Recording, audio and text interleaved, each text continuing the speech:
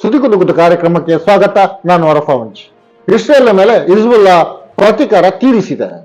ಉತ್ತರ ಇಸ್ರೇಲ್ನ ಸೈನಿಕ ಕೇಂದ್ರಗಳಿಗೆ ಹಿಜ್ಬುಲ್ಲಾ ಡ್ರೋನ್ ದಾಳಿ ಮಾಡುವ ಮೂಲಕ ಹಮಾಸ್ನ ಉನ್ನತ ನಾಯಕರಾಗಿದ್ದ ಸಾಲಿಹ್ ಅರೂರಿ ಅವರ ಹತ್ಯೆ ಮತ್ತು ರಿಜ್ವಾನ್ ಫೋರ್ಸ್ ಯೂನಿಟ್ನ ಉಪಮುಖ್ಯಸ್ಥ ವಿಸ್ಸಾಮ್ ಅಲ್ ಸವೀಲಿ ಅವರ ಹತ್ಯೆಗೆ ಪ್ರತೀಕಾರ ಇದೆಂದು ಕೂಡ ಹಿಜ್ಬುಲ್ಲಾ ಘೋಷಿಸಿದೆ. ವೀಕ್ಷಕರೇ, ಹೆಚ್ಚು ವಿವರ ನೀಡುವುದರ ಮೊದಲು ಈಗಾಗಲೇ ಮಧ್ಯಪ್ರಾಚ್ಯದಲ್ಲಿ ಅಮೆರಿಕದ ವಿದೇಶ ಕಾರ್ಯದರ್ಶಿ ಆಂಟನಿ ಬ್ಲಿಂಕನ್ ಬಂದಿದ್ದಾರೆ. ಅವರು ಏನು ಹೇಳಿದ್ದಾರೆ ಎನ್ನುವುದನ್ನು ಸ್ವಲ್ಪ ನೋಡೋಣ.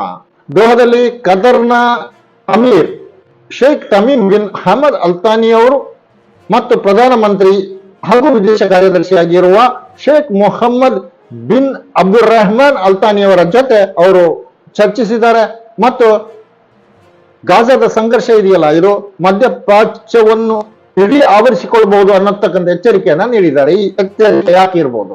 ಅರಬರೇ ನೀವೆಲ್ಲ ಸೇರಿ ಇಸ್ರೇಲ್ನ ವಿರುದ್ಧ ಹೋರಾಡುತ್ತಿರುವ ಹಮಾಸ್, ಹೂತಿಗಳು, ಹಿಜ್ಬುಲ್ಲಾವನ್ನ ತಡೆಯಿರಿ, ಇಲ್ಲದಿದ್ರೆ ಈ ಯುದ್ಧ ಇಡೀ ವ್ಯಾಪಿಸಿಕೊಳ್ಳುತ್ತೆ ಮಧ್ಯಪ್ರಾಚ್ಯವನ್ನು ಅನ್ನುವಂತಹ ಹೆದರಿಕೆಯನ್ನು ಹುಟ್ಟು ಹಾಕಿದ್ದಾರೆ. ಅಮೆರಿಕದ ಮಾತು ಕೇಳಿ ಕತಾರ್, ಸೌದಿ ಅರೇಬಿಯಾ, UAE ಎಲ್ಲ ಯವರನ್ನ ಹಿಜ್ಬುಲ್ಲಾವನ್ನು, ಯಮನ್ನ ಹೂತಿಗಳನ್ನು ಗಾಜಾದಲ್ಲಿ ಹಮಾಸ್ ನಿಯಂತ್ರಿಸಬೇಕು ಎಂದು ಇವರು ಪರೋಕ್ಷವಾಗಿ ಹೇಳ್ತಾ ಇದ್ದಾರೆ. ಅಥವಾ ಅವರ ವಿರುದ್ಧ ನೀವು ಯುದ್ಧಕ್ಕೆ ಬನ್ನಿ ಎನ್ನುವಂತಹ ಇಂಡೈರೆಕ್ಟ್ ಕರೆಯನ್ನು ನೀಡ್ತಾ ಇದ್ದಾರೆ.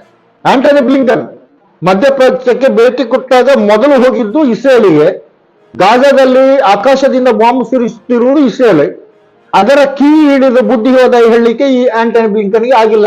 ಬದಲಾಗಿ ಅಮೆರಿಕ ಬೇಕಾದಷ್ಟು ಯುದ್ಧದ ಉಪಕರಣಗಳನ್ನ ಇಸ್ರೇಲ್ಗೆ ರವಾನಿಸುತ್ತೆ. ಒಂದು ಕಡೆ ಇಸ್ರೇಲ್ಗೆ ಯುದ್ಧದ ಸಾಮಗ್ರಿಗಳನ್ನು ಕೊಡುವುದು, ಇನ್ನೊಂದು ಕಡೆ ಅರಬರ ಜೊತೆ ಹೋಗಿ ಬಂದು ಇಡೀ ಮಧ್ಯಪ್ರಾಚ್ಯವನ್ನೇ ಯುದ್ಧ ಆಕ್ರಮಿಸಿಕೊಳ್ಳುತ್ತೆ ಅನ್ನತಕ್ಕಂಥ ಹೆದರಿಕೆ ಸೃಷ್ಟಿಸುವುದು, ಇವೆಲ್ಲ ಗೊತ್ತಿದೆ. ಆದ್ದರಿಂದ ಕದನ ವಿರಾಮ, ಯುದ್ಧ ನಿಲುಗಡೆ ಎನ್ನುವುದು ಸದ್ಯಕ್ಕೆ ಅಂತಹ ಒಂದು ವಾತಾವರಣ ಕಂಡು ಬರ್ತಾ ಇಲ್ಲ. ಈ ಹಿಂದೆ ಇಸ್ರೇಲ್ನ ಯಹೂದಿ ವಿಭಾಗದವರು ಕತಾರ್ಗೆ ಬಂದು Sheikh Tamim bin Hamad Al Thani ಅವರನ್ನ ಭೇಟಿಯಾಗಿ ಹಮಾಸ್ ನಮ್ಮವರನ್ನ ಒತ್ತೆಯಾಳು ಆಗಿ ಹಿಡಿದಿಟ್ಟುಕೊಂಡಿದೆ, ಅವರನ್ನ ಬಿಡಿಸಿಕೊಡಿ ಎಂದು ವಿನಂತಿ ಮಾಡಿತ್ತು. ಆಗ ಶೇಖ್ ತಮೀಮ್ ಅವರು ಹೇಳಿದ್ರು, ಏನಾದರೂ ಮಾಡಬಹುದಿತ್ತು, ನೀವು ಹಮಾಸ್ನ ರಾಜಕೀಯ ನಾಯಕ ಸಾಲಿಹ್ ಅರೂರಿಯನ್ನ ಹತ್ಯೆ ಮಾಡಿದ್ದೀರಿ, ಇನ್ನಿತರ ಮಾತುಕತೆ ಹಮಾಸ್ ಹೇಳಿದ್ರೆ ಕೇಳಲ್ಲ, ಅವರು ಅವರದೇ ಆದ ನಿರ್ಧಾರವನ್ನ ತೆಗೆದುಕೊಳ್ಳುವ ಹಕ್ಕನ್ನು ಹೊಂದಿದ್ದಾರೆ ಎಂದು ಉತ್ತರಿಸಿದ್ದು ನಡೆದಿದೆ. ಇವೆಲ್ಲ ಕಾರಣಗಳನ್ನು ನೋಡುವಾಗ ಯುದ್ಧ ಕೊನೆಗೊಳ್ಳುವುದು ಹೇಗೆ ಅನ್ನುವಂತ ಪ್ರಶ್ನೆ ಹುಟ್ಟಿಕೊಳ್ಳುತ್ತೆ. ಜೊತೆಗೆ ಅಮೆರಿಕ ಸಹಿತ ಯುರೋಪ್ ರಾಷ್ಟ್ರಗಳು ಕೂಡ ಆರ್ಥಿಕವಾಗಿ ಬಹುದೊಡ್ಡ ಹೊಡೆತವನ್ನು ತಿಂತಾ ಇದೆ. ಯಾಕೆಂದ್ರೆ ಕೆಂಪು ಸಮುದ್ರದಲ್ಲಿ ಹೂತಿಗಳು ಇಸ್ರೇಲ್ನತ್ತ ಹೋಗುವ ಯಾವುದೇ ಹಡಗನ್ನ ಹೋಗಲು ಬಿಡ್ತಾ ಇಲ್ಲ. ಇಸ್ರೇಲ್ಗೆ ಏನಾದ್ರು ಕೊಂಡೋಗ್ಬೇಕಾದ್ರೆ ಆಫ್ರಿಕಾ ಖಂಡವನ್ನು ಸುತ್ತಿ ಬಳಸಿ ಹೋಗಬೇಕು ಅನ್ನತಕ್ಕಂಥ ದೊಡ್ಡ ಸಂಕಷ್ಟ ಬಂದೊಡಗಿದೆ ಹೂತಿಗಳಿಂದಾಗಿ. ಎಲ್ಲವನ್ನ ಕಂಡು ಅಮೆರಿಕ ಒಂದು ಕಡೆ ಹೂತಿಯ ಮೇಲೆ ದಾಳಿ ಮಾಡುವ ಸ್ಥಿತಿಯಲ್ಲೂ ಇಲ್ಲ. ಹೂತಿಗಳನ್ನ ನಿಯಂತ್ರಿಸುವುದಕ್ಕೆ ಕೆಂಪು ಸಮುದ್ರಕ್ಕೆ ಹೋದವರು ಕೂಡ ಹಿಂದೆ ಬಂದದ್ದು. ಇಸ್ರೇಲ್ಗೆ ಸರಕು ಸಾಗಾಟವನ್ನ ವಿಮಾನದಲ್ಲಿ ಮಾತ್ರ ಮಾಡಬೇಕಾದಂತ ಸ್ಥಿತಿ ಬಂದೊದಗಿದೆ.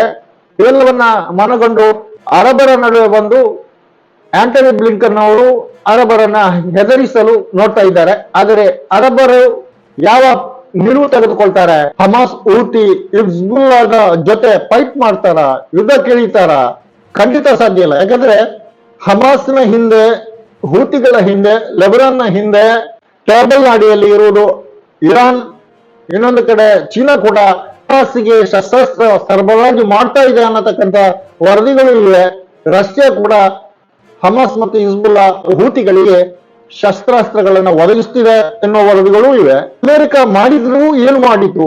ಇಂತಹ ಒಂದು ಸಂಕಷ್ಟದಲ್ಲಿ ಇರುವುದರಿಂದ ಆಂಟನಿ ಬ್ಲಿಂಕನ್ ಅವರು ಮಧ್ಯಪ್ರಾಚ್ಯದಲ್ಲಿ ಸುತ್ತಾಡಿ ಅರಬರ ಮೂಲಕ ಹೂತಿಗಳನ್ನು, ಹಿಜ್ಬುಲ್ಲಾವನ್ನು, ಹಮಾಸ್ ಅನ್ನ ನಿಯಂತ್ರಿಸಲು ನೋಡ್ತಾ ಇದ್ದಾರೆ. ಯುದ್ಧ ಒಮ್ಮೆಲೆ ನಿಲ್ಲಿಸಬಹುದು. ಇಸ್ರೇಲ್ನ ಸೈನಿಕರನ್ನು ವಾಪಸ್ ಕಳಿಸಿಕೊಳ್ಬೇಕು, ಆಕಾಶದಿಂದ ದಾಳಿ ಮಾಡುವುದನ್ನು ಇಸ್ರೇಲ್ ನಿಲ್ಲಿಸಬೇಕು, ಪ್ಯಾಲೆಸ್ತೀನಿಯರಿಗೆ ಸ್ವಾತಂತ್ರ್ಯವನ್ನ ನೀಡಬೇಕು. ಇಷ್ಟಾದ್ರೆ ಈ ಯುದ್ಧ ಇಲ್ವೇ ಇಲ್ಲ. ಇಷ್ಟು ಮಾಡ್ಲಿಕ್ಕೆ ಆಂಟನಿ ಬ್ಲಿಂಕನ್ಗಾಗ್ಲಿ ಅಮೆರಿಕ ಅಧ್ಯಕ್ಷ ಜೋ ಬೈಡನ್ಗಾಗ್ಲಿ ಸಾಧ್ಯವಾಗಿಲ್ಲ. ಅದು ಬೇಕಾಗಿಲ್ಲ ಅವರಿಗೆ. ಯಾಕಂದ್ರೆ ಒಂದು ಕಡೆ ಇರಾನ್ ಅಣುಶಕ್ತಿಯಾಗಿ ಬೆಳೆದು ನಿಂತಿದೆ, ಇನ್ನೊಂದು ಕಡೆ ಇಸ್ರೇಲ್ನ ಅಣುಶಕ್ತಿ ಇದೆಯಲ್ಲ, ಅದರ ಸ್ಥಿತಿ ಏನಾದೀತು? ಹಿಜ್ಬುಲ್ಲಾ, ಹಮಾಸ್ ಮತ್ತು ಹೂತಿಗಳು ಪ್ರಾಬಲ್ಯ ಪಡೆದರೆ ಅನ್ನತಕ್ಕಂಥ ಹೆದರಿಕೆ ಕೂಡ ಇದೆ. ಇವೆಲ್ಲದರ ಜೊತೆ ಅವರು ಯುದ್ಧವನ್ನ ನಿಲ್ಲಿಸುವುದಕ್ಕೆ, ಪರಿಹಾರ ಕಂಡು ಹುಡುಕುವುದಕ್ಕೆ Egypt, UAE, Saudi Arabia, Qatar, Bahrain ಪ್ರವಾಸದಲ್ಲಿದ್ದಾರೆ. ಆಂಟನಿ ಬ್ಲಿಂಕನ್ ತಂತ್ರಕ್ಕೆ ಅರಬರು ಬಲಿಯಾಗುವುದು ಸಾಧ್ಯ ಇಲ್ಲ ಅನ್ನತಕ್ಕಂಥ ವಿದ್ಯಮಾನಗಳೇ ಈಗ ನಡೀತಾ ಇರೋದು. ನಾನು ಮೊದಲೇ ಹೇಳಿದೆ, ಲೆಬನಾನ್ ಅರೂರಿ ಮತ್ತು ಇಸ್ಲಾಂ ಅಲ್ ತಬೀಲಿ ಅವರ ಹತ್ಯೆಗೆ ಪ್ರತೀಕಾರ ತೀರಿಸಿದ್ದು ಇಸ್ರೇಲ್ನ ಸೈನಿಕ ಕೇಂದ್ರಕ್ಕೆ ಡ್ರೋನ್ ದಾಳಿ ಮಾಡುವ ಮೂಲಕ. ಆದರೆ ಈ ಸಲದ ದಾಳಿ ಸಫೇದ್ನ ಇಸ್ರೇಲಿ ವಾಯುನೆಲೆಯ ನಿರೀಕ್ಷಣಾ ಕೇಂದ್ರದ ಮೇಲೆ ಆಗಿದೆ. ಬಹುದೊಡ್ಡ ಅಕ್ಟೋಬರ್ 7ರ ನಂತರ ಮೊತ್ತ ಮೊದಲಾಗಿ ಇಸ್ರೇಲ್ ಸೈನಿಕ ಕೇಂದ್ರಕ್ಕೆ ಹಿಜ್ಬುಲ್ಲಾ ಇಷ್ಟು ಬೃಹತ್ತಾದ ಪ್ರಮಾಣದಲ್ಲಿ ದಾಳಿ ಮಾಡಿದ್ದು ಇದುವೇ ಮೊದಲು ಎಂದು ವರದಿ ಹೇಳ್ತಾ ಇದೆ. ಲೆಬನಾನ್ನ ಗಡಿಯಿಂದ 14 ಕಿಲೋಮೀಟರ್ ದೂರದಲ್ಲಿ ಸೈನಿಕ ಕೇಂದ್ರ ಇದೆ. ಮಂಗಳವಾರ ದಕ್ಷಿಣ ಲೆಬನಾನ್ನಲ್ಲಿ ಇಸ್ರೇಲ್ನ ವಾಯು ದಾಳಿಯಲ್ಲಿ 3 ಹಿಜ್ಬುಲ್ಲಾ ಯೋಧರು ಮೃತಪಟ್ಟಿದ್ದರು. ಇವೆಲ್ಲ ಲೆಕ್ಕಾಚಾರವನ್ನ ಮಾಡಿಕೊಂಡು ಎಲ್ಲಿಂದ ನಿಗಾಯಿಸಲಾಗುತ್ತದೆ ಲೆಬನಾನಿಗೆ, ಆ ಕೇಂದ್ರವನ್ನೇ ಪುಡಿಬಿಟ್ಟಿದೆ ಹಿಜ್ಬುಲ್ಲಾ. ಈ ಹಿಂದೆ ಹಿಜ್ಬುಲ್ಲಾದ ಮುಖ್ಯಸ್ಥ ಹಸನ್ ನಸ್ರುಲ್ಲಾ ಅವರು ಕಳೆದ ವಾರ 2 ಸಲ ಟಿವಿಯಲ್ಲಿ ಬಂದು ಲೆಬನಾನ್ ಅನ್ನು ಯಾರಾದ್ರೂ ಆಕ್ರಮಿಸಿದ್ರೆ ಬೃಹತ್ ಪ್ರಮಾಣದ ತಿರುಗೇಟನ್ನ ತಿನ್ಬೇಕಾದಿತ್ತು ಎನ್ನುವಂತ ಎಚ್ಚರಿಕೆಯನ್ನ ನೀಡಿದ್ರು. ಅದರಂತೆ ಬೃಹತ್ ಪ್ರಮಾಣದ ಹಾನಿಯನ್ನ ಇಸ್ರೇಲಿಗೆ ಹಿಜ್ಬುಲ್ಲಾ ಡ್ರೋನ್ ದಾಳಿ ಮೂಲಕ ಸಫೇದ್ನ ವಾಯುನೆಲೆಯ ನಿರೀಕ್ಷಣಾ ಕೇಂದ್ರವನ್ನ ಪುಡಿಬಿಟ್ಟಿದ್ರು. ಎಲ್ಲ ಮಧ್ಯಪ್ರಾಚ್ಯದಲ್ಲಿ ಅಮೆರಿಕದ ವಿದೇಶ ಕಾರ್ಯದರ್ಶಿ ಆಂಟನಿ ಬ್ಲಿಂಕನ್ ಪ್ರವಾಸದಲ್ಲಿದ್ದು ಪರಿಹಾರ ಕಂಡುಕೊಳ್ಳಲು ಪ್ರಯತ್ನಿಸುತ್ತಿರುವಾಗಲೇ ನಡೆಯುತ್ತಿದೆ ಎಂದು ನೋಡಿ ಅವರು ಹೇಳ್ತಾ ಇದ್ದಾರೆ. ಇಡೀ ಮಧ್ಯಪ್ರಾಚ್ಯಕ್ಕೆ ಗಲ್ಫ್ ಕಂಟ್ರಿ ಸಹಿತ ಯುದ್ಧ ಹರಡಲಿದೆ ಎಂದು. ಆದ್ದರಿಂದ ನೀವು ಈ ಯುದ್ಧವನ್ನು ನಿಲ್ಲಿಸಲು ಕೆಲಸ ಮಾಡಬೇಕು. ಒಂದು ನಿಮ್ಮ ಮಾತು ಕೇಳಿದ್ರೆ ಆಯ್ತು, ಹಮಾಸ್, ಹಿಜ್ಬುಲ್ಲಾ, ಹೂತಿಗಳು ಇಲ್ದಿದ್ರೆ ಅವರ ಮೇಲೆ ನೀವೇ ದಾಳಿ ಮಾಡಿ ಅಂತಕ್ಕಂಥ ಪರೋಕ್ಷವಾದ ಎಚ್ಚರಿಕೆಯನ್ನ ನೀಡ್ತಾ ಇದ್ದಾರೆ. ವಾಸ್ತವದಲ್ಲಿ ಬಹುದೊಡ್ಡ ಲಾಸ್ ಆಗಿದ್ದು ಆರ್ಥಿಕವಾಗಿ ಅಮೆರಿಕ ಸಹಿತ ಯುರೋಪ್ನ ದೇಶಗಳಿಗೆ ಹೂತಿಗಳು ಕೆಂಪು ಸಮುದ್ರದಲ್ಲಿ ಹಡಗುಗಳನ್ನ ಹೋಗಲು ಬಿಡದ ಕಾರಣದಿಂದಾಗಿ ಇವೆಲ್ಲ ಮರೆಸಿಟ್ಟು ಮಧ್ಯಪ್ರಾಚ್ಯದ ಯುದ್ಧದ ಬೆದರಿಕೆಯನ್ನ ಅವರು ನೀಡ್ತಾ ಇದ್ದಾರೆ. ಇನ್ನೊಂದು ಕಡೆ ಇರಾನ್ ಸೆಟೆದು ನಿಂತಿದೆ, ಸಮಯ ಕಾಯ್ತಾ ಇದೆ.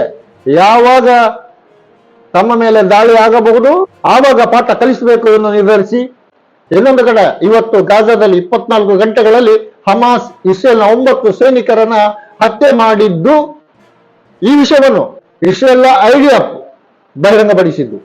ಮಧ್ಯ ಗಾಜಾದ ಬರೈಜ್ನಲ್ಲಿ ಸ್ಫೋಟದಲ್ಲಿ 5 ಮಂದಿ ಕೊಲ್ಲಲ್ಪಟ್ಟಿದ್ದಾರೆ. ಹಮಾಸ್ನೊಂದಿಗೆ ಯುದ್ಧದಲ್ಲಿ ಕೊಲ್ಲಲ್ಪಟ್ಟವರ ಸಂಖ್ಯೆಯನ್ನು ಇಸ್ರೇಲ್ 184 ಆಗಿದೆ ಎಂದು ಮಾತ್ರ ಹೇಳ್ತಾ ಇದೆ. ಹಮಾಸ್ ಹೇಳ್ತಾ ಇದೆ ಇಸ್ರೇಲ್ನ ಸೈನಿಕರ ಕಥೆಯನ್ನ ಮುಗಿಸಿದ್ದೇವೆ ಎಂದು. ಇಸ್ರೇಲ್ ಜಗತ್ತಿಗೆ ಸರಿಯಾದ ಲೆಕ್ಕವನ್ನ ತೋರಿಸ್ತಾ ಇಲ್ಲ. ಆದರೆ ಜಾಗತಿಕ ನಿಷ್ಪಕ್ಷ ಮಾಧ್ಯಮಗಳು ಇಸ್ರೇಲಿಗಾದ ಹಾನಿಯನ್ನ ವರದಿ ಮಾಡಿ ಜಗತ್ತಿಗೆ ತೋರಿಸ್ತಾ ಇದೆ. ಇದೇ ಕಾರಣದಿಂದಾಗಿ ಅಲ್ ಜಜೀರಾ ಟಿವಿಯ ಗಾಜಾದ ಮುಖ್ಯಸ್ಥನ ಕುಟುಂಬವನ್ನೇ ಇಸ್ರೇಲ್ ಡ್ರೋನ್ ದಾಳಿ ಮಾಡಿ ಹತ್ಯೆ ಮಾಡಿದ ಇತ್ತೀಚೆಗೆ ನಡೆದದ್ದು. ಗಾಜಾದ ಮೇಲೆ ಇಸ್ರೇಲ್ ದಾಳಿ ಮಾಡಿದ ಕಾರಣದಿಂದ 23,000ಕ್ಕೂ ಹೆಚ್ಚು ಮಂದಿ ಮೃತಪಟ್ಟಿದ್ದಾರೆ ಎಂದು ಒಂದು ಲೆಕ್ಕ ತಿಳಿಸ್ತಾ ಇದೆ. 50,000ಕ್ಕೂ ಹೆಚ್ಚು ಮಂದಿ ಗಾಯಗೊಂಡಿದ್ದಾರೆ ಎನ್ನುವ ಲೆಕ್ಕವೂ ಕೂಡ ಇದೆ. ಮತ್ತೊಂದು ಕಡೆ ಇಸ್ರೇಲ್ನೊಳಗೆ ಭಿನ್ನ ಮತ ಸ್ಫೋಟವಾಗಿದ್ದು ಆಳುವ ಪಕ್ಷ ಪ್ರತಿಪಕ್ಷಗಳ ನಡುವೆ ವಾಗ್ವಾದ ನಡೀತಾ ಇದೆ. ಇನ್ನೊಂದು ಕಡೆ ಇಸ್ರೇಲ್ನ ಸೇನೆಯೊಂದಿಗೆ ರಾಜಕೀಯ ಪಕ್ಷಗಳು ಘರ್ಷಣೆಗಳಿವೆ. ಟೆಲ್ ಅವೀವ್ನ ಮೀಸಲಿಟ್ಟಿರುವ ದಾರಿಗಳನ್ನ ಜನರು ಬ್ಲಾಕ್ ಮಾಡಿಟ್ಟಿದ್ದಾರೆ. ಅವರ ಬೇಡಿಕೆ ಬೆಂಜಮಿನ್ ನೆತನ್ಯಾಹು ಅವರನ್ನ ಅಧಿಕಾರದಿಂದ ಕೆಳಗಿಳಿಸಿ ಪರ್ಯಾಯ ದಾರಿಯನ್ನ ಕಂಡುಹುಡುಕಿ ದೇಶಕ್ಕೆ ಕೂಡಲೇ ಚುನಾವಣೆ ನಡೆಸಿ ಎನ್ನುವಂತ ಘೋಷಣೆಯನ್ನ ಕೂಗ್ತಾ ಇದ್ದಾರೆ.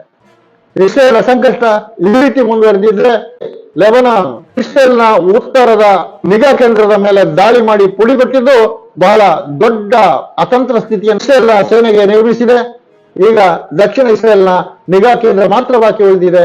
ಉತ್ತರದ ನಿಗಾ ಕೇಂದ್ರವನ್ನ ಹಿಜ್ಬುಲ್ಲಾ ಪುಡಿಬಿಟ್ಟಿವೆ. ವೀಕ್ಷಕರೇ, ಸುದ್ದಿಗೊಂದು ಕಾರ್ಯಕ್ರಮದಲ್ಲಿ ಹಮಾಸ್ ಇಸ್ರೇಲ್ ಯುದ್ಧದ ತಾಜಾ ಅಪ್ಡೇಟ್ ಈಗ ಇಷ್ಟೇ. ಇನ್ನೊಂದು ಕಾರ್ಯಕ್ರಮದೊಂದಿಗೆ ಇನ್ನೊಮ್ಮೆ ನಿಮ್ಮ ಮುಂದೆ ಬರುತ್ತೇನೆ. ನಾನು ಅರಪ ಮುಂಚಿ. ಜೈ ಭಾರತ್.